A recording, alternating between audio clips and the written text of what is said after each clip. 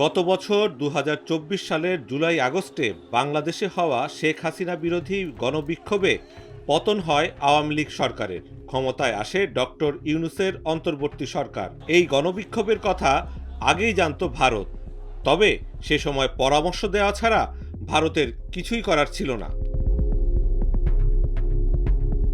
২২ March শনিবার পররাষ্ট্র বিষয়ক পরামর্শক কমিটির কাছে এসব কথাই বলেছেন ভারতের পররাষ্ট্রমন্ত্রী এস জয়শঙ্কর। ভারতীয় গণমাধ্যম দ্য হিন্দু এক প্রতিবেদনে এসব তথ্য জানিয়েছে। জয়শঙ্কর বলেন, বাংলাদেশে গণ অভ্যুত্থানের ব্যাপারে কিছু করার মতো অবস্থায় ভারত ছিল না, কারণ হাসিনার ওপর ভারতের সেই ধরনের প্রভাব ছিল না। তাই ওই মুহূর্তে পরামর্শ দেওয়া ছাড়া ভারত কিছুই করতে পারেনি।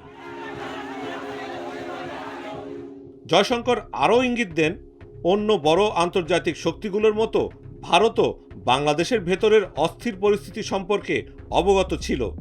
এই প্রসঙ্গে তিনি জাতিসংঘ মানবাধিকার প্রধান ভলকার তুর্কের সাম্প্রতিক মন্তব্য উল্লেখ করেন। তুর্ক বলেছিলেন, বাংলাদেশের সেনাবাহিনী যদি নিরস্ত্র বিক্ষোভকারীদের উপর অভিযান চালায় তাহলে তাদের শান্তিরক্ষা মিশন থেকে নিষিদ্ধ করা হতে পারে। এছাড়া বাংলাদেশে বহিরাগত শক্তির ভূমিকা রয়েছে বলেও জানান জয়শঙ্কর। এ সময় তিনি বলেন, চীন ভারতের প্রতিপক্ষ নয়, বরং প্রতিযোগী।